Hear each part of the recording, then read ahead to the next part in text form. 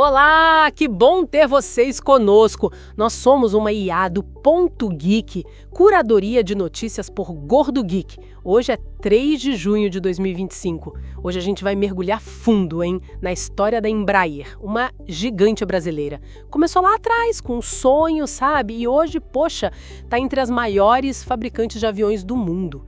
A gente tem fontes aqui que contam essa saga toda, desde a inspiração lá no Santos Dumont até, olha, os projetos mais futuristas de agora. Exatamente. E a ideia é, assim, conectar os pontos, né? A gente vai ver a importância de gente como Osiris Silva, visionários mesmo, e também como a criação de instituições como o ITA e o CTA foram, tipo, a base de tudo, o alicerce. Vamos analisar o caminho do sucesso, claro, mas também os perrengues, os desafios e o que a Embraer está planejando para o futuro. Quer dizer, entender essa potência nacional. Legal, então bora começar do começo mesmo. Essa história do Brasil com aviação vem de longe, né? Santos Dumont é o nosso pioneiro máximo. Parece que isso acendeu mesmo uma chama uns jovens lá nos anos 40, tipo o Osiris Silva e o amigo dele, o Zico, eles tinham esse sonho, né? Construir aviões aqui. Mas como que esse sonho de garotos virou a Embraer? Olha, o ponto de virada, a peça-chave mesmo, foi a visão de um cara, o brigadeiro Casimiro Montenegro Filho. Ele teve uma sacada sensacional que foi: olha, antes de a gente sair fazendo avião, a gente precisa formar engenheiros. Simples assim e genial. Que visão, hein? Total. E daí nasceu o CTA, o Centro Técnico de Aeronáutica, e junto o famoso ITA, o Instituto Tecnológico de Aeronáutica. Tudo lá em São José dos Campos. Foi ali que tudo começou a tomar forma. A base técnica, entende? Entendi. E o Osiris Silva, que a gente mencionou, se formou no ITA, quer dizer, ele estava no lugar certo, na hora certa. Exato. E ele não ficou parado. Ele liderou um projeto super importante dentro do CTA, o IPD 5504. IPD 5504, que nome técnico. E o que esse projeto buscava resolver, assim, na prática? Qual era a dor do Brasil naquela época? A conexão. O Brasil é gigante, né? Sempre foi. Tinha e ainda tem muitas cidades no interior, muitas vezes com pista de terra, pista curta, infraestrutura bem básica. Então esse projeto, o IPD 5504, virou o quê? O nosso querido Bandeirante. Ah, o Bandeirante, clássico. Um clássico. Um avião turbo-hélice, 2 motores, super robusto, sabe? Feito pensando exatamente nessa realidade brasileira. Pousar e decolar curto, aguentar o tranco. O primeiro voo foi em 1968. E foi um marco, porque provou, opa, a gente consegue fazer. Que momento. E esse sucesso do Bandeirante que levou à criação da Embraer, então? Foi o empurrão final. Em 1969, a Embraer foi fundada oficialmente. Nasceu como uma empresa estatal. E quem estava na presidência? O próprio Osiris Silva. Faz todo sentido. E o Bandeirante, o EMB 110, não foi só sucesso aqui dentro, não. Ele deconou lá fora também. Chegou a abocanhar tipo 1/3 do mercado regional americano na época. 1/3? Nossa, isso é impressionante para uma empresa que tinha acabado de nascer. E ainda por cima estatal, né? Impressionante mesmo. O segredo ali, eu acho, foi mirar num nicho que as gigantes Boeing e Douglas nem olhavam direito. Esses voos regionais, mais curtos, mais acessíveis, tanto aqui quanto lá fora. Uma estratégia inteligente. Muito. E a Embraer não sossegou com o Bandeirante. Nos anos 70, 80, começou a diversificar bastante. Veio o Ipanema, aquele avião agrícola, sabe? Sei, o amarelinho. Esse mesmo. E pioneiro mundial a voar com etanol. Olha a inovação aí de novo. Uma coisa bem brasileira. Também rolou a parceria internacional. Fizeram o Chavante, um jato militar, mas sob licença da Itália. E depois, um projeto mais ambicioso, o caça AMX, junto com os italianos. Mostrando que já pensava globalmente desde cedo, né? Mas não parou por aí, tiveram outros modelos importantes nesse período, certo? Com certeza. Teve o Xingu, um bimotor menor voltado para o mercado executivo. Depois veio o Tucano, um avião de treinamento militar. Ah, o Tucano. Esse fez sucesso, né? Um sucesso estrondoso. Foi vendido para muitos países, inclusive para a Força Aérea Real Britânica, a RAF. Imagina o selo de qualidade que isso deu para a Embraer. Nossa, com certeza, validou a capacidade da empresa para o mundo. Exato. E ainda teve o Brasília, que foi, digamos, uma evolução do Bandeirante. Maior, pressurizado, para consolidar essa presença no mercado regional. E para fechar essa fase, a Embraer abriu uma subsidiária nos Estados Unidos em 1979, um passo fundamental para a expansão. Uma trajetória incrível de crescimento. Mas a gente sabe que a economia brasileira, especialmente nos anos 80 e começo dos 90, passou por crises, inflação alta. Isso deve ter batido na Embraer, né? Bateu e bateu forte. A empresa entrou numa fase bem difícil financeiramente. Endividamento, falta de encomendas, a situação ficou crítica. E isso levou a um momento que foi um divisor de águas total: a privatização, em 1994. Um momento polêmico na época, eu lembro. Muito polêmico. Mas foi o que permitiu assim uma reestruturação completa, entrou capital novo, a gestão mudou o foco, foi uma virada de chave. E o governo não saiu totalmente, né? Teve a tal da Golden Share. O que é isso exatamente? O governo manteve essa ação especial, a Golden Share. Na prática, ela dá ao governo poder de veto em algumas decisões super estratégicas. Tipo, se alguém quiser comprar o controle da Embraer, ou se quiserem mudar o nome, a sede ou, principalmente, encerrar programas militares considerados essenciais para o país. É uma forma de resguardar certos interesses nacionais, sabe? Entendi. Uma segurança estratégica. E com a privatização, o foco da empresa mudou, né? Qual foi a grande aposta dessa nova fase? Jatos. Jatos regionais. A Embraer percebeu, de novo, uma brecha no mercado. As companhias aéreas regionais queriam a velocidade, o conforto dos jatos, mas para rotas mais curtas, onde os aviões gigantes da Boeing e da Airbus não eram econômicos. Interessante. E aí nasceu a família ERJ, Embraer Regional Jetliners.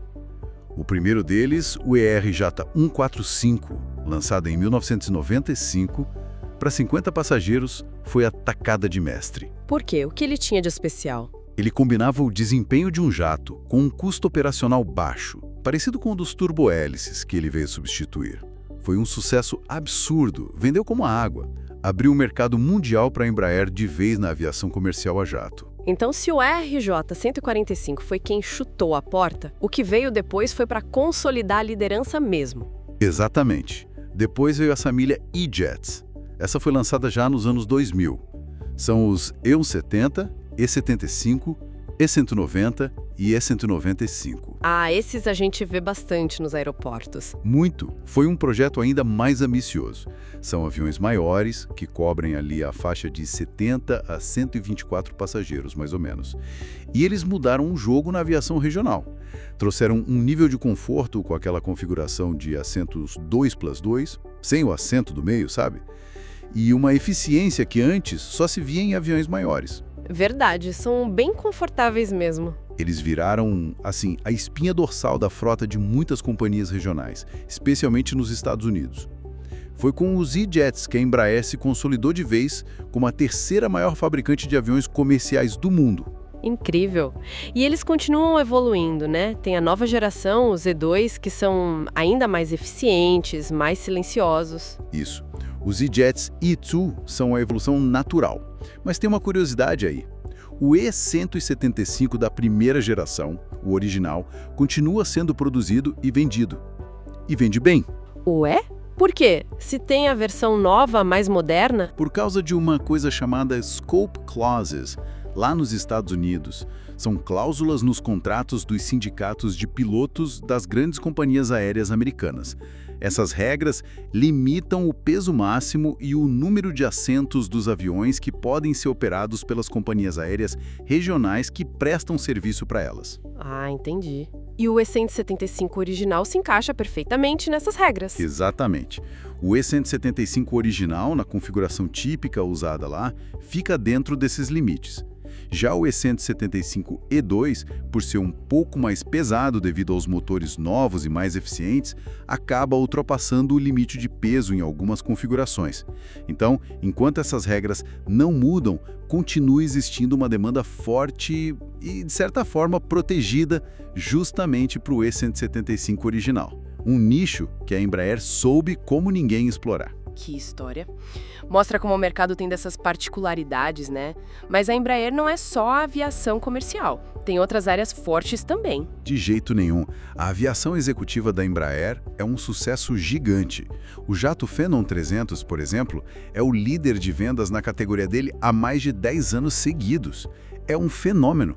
Nossa, 10 anos? É muita coisa. E tem a área de defesa e segurança, que também é super importante. O destaque hoje é o KC-390 Millennium. O cargueiro militar, né? Aquele avião enorme. Enorme e super moderno. É um cargueiro tático, multimissão, capaz de fazer reabastecimento em voo, transporte de tropa, carga, busca e salvamento. É o maior avião já projetado e fabricado na América Latina. Um projeto muito estratégico para o Brasil e com um potencial de exportação. A Embraer realmente atua em várias frentes. Mas nem tudo são flores, né?